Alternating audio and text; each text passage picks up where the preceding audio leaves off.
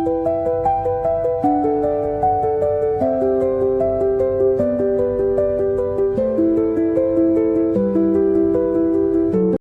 Dear students, welcome back your channel success institute. तो बेटा आज लेकर आए हैं हम आपका फिजिक्स की फर्स्ट चैप्टर का फर्स्ट यूनिट का लास्ट टॉपिक। तो बेटा लास्ट टॉपिक मतलब हम लोग पढ़ रहे थे स्फेयर, और अभी हमने प्रीवियस लेक्चर में स्फेयर का hollow sphere, conducting, non conducting और सॉलिड स्फेयर का कंडक्टिंग कवर किया था, जहां हमने आउटसाइड इलेक्ट्रिक फील्ड का फॉर्मूला निकाला था E is equal to 1/4 pi epsilon naught Q by R square, और इन साइड फाइंड किया था इलेक्ट्रिक फील्ड जीरो। क्लियर है? तो बेटा अब जो हमारा लेक्चर है, जो टॉपिक है हमारा, वो सॉलिड स्फीयर में non conducting inside and outside find करने वाले हैं। तो बेटा ये स्टार्ट करते हैं। हमारा जो मेन टॉपिक है वो इलेक्ट्रिक फील्ड फाइंड कर रहे हैं सॉलिड स्फीयर पर, नॉन कंडक्टिंग के केस में, एट डिस्टेंस r पर, इनसाइड में, जहां पर radius of sphere is more greater than to OP distance. तो हम यहाँ एक स्फीयर ड्रॉ करेंगे।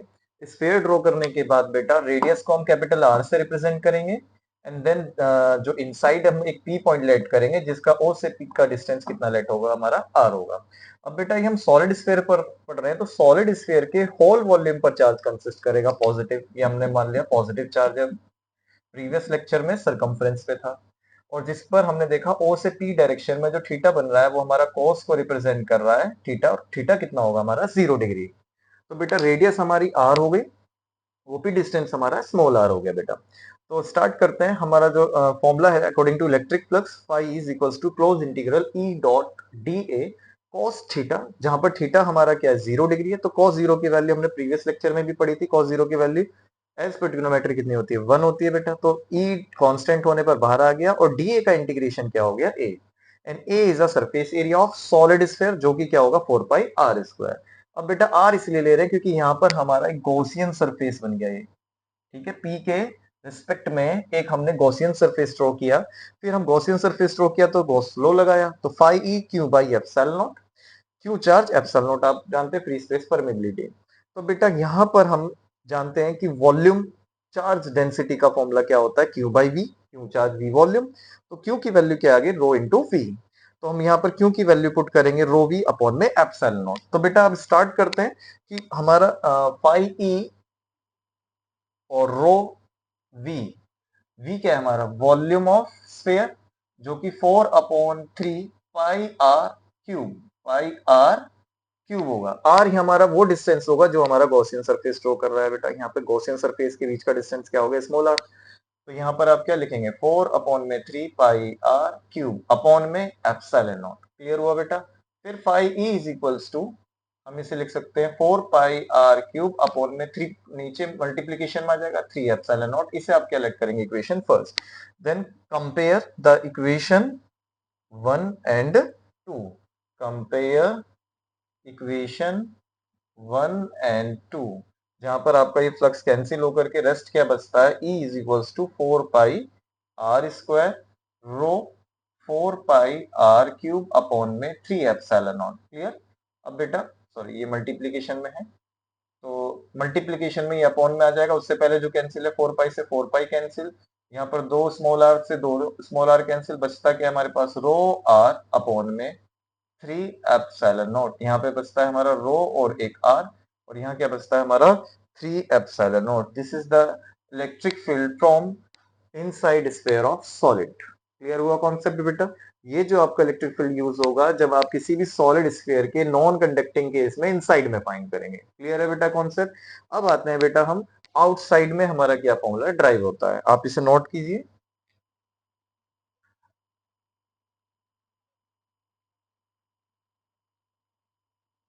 अब हम जो फाइंड करेंगे वो बेटा आउटसाइड में फाइंड करेंगे, किसी भी सॉलिड नॉन कंडक्टिंग स्फीयर पर। नोट हो गया बेटा ये?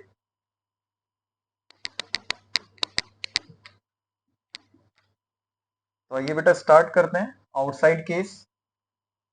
आउटसाइड में आपका small R is more greater than to radius of sphere. तो सबसे पहले बेटा आप एक स्फीयर ड्रॉ करेंगे।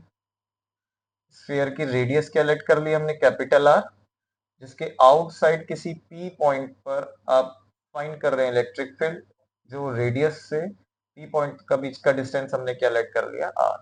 ठीक है। अब इसके पूरे वॉल्यूम पर पॉजिटिव चार्ज है बेटा, वहां सरकमफ्रेंस था होलो में, यहां से आपका एक गॉसियन सरफेस ड्रॉ होगा। ठीक है। तो बेटा according to electric flux phi e is equals to close integral e dA cos theta, cos theta. तो बेटा यहाँ पे cos डायरेक्शन है, जहां पर थीटा आपका कितना है, 0 डिग्री है। ठीक है। तो बेटा यहाँ पर हम डायरेक्टली अगर cos 0 डिग्री रखते हैं, जिसकी cos 0 डिग्री की वैल्यू कितनी होती है, 1 होती है, तो यहाँ पर E कांस्टेंट बाहर आ जाएगा, अंदर क्या बचता है आपका dA इंटू कॉस 0 की वैल्यू 1। बेटा dA का इंटीग्रेशन क्या आता है, A, जो A क्या है, surface area of solid sphere.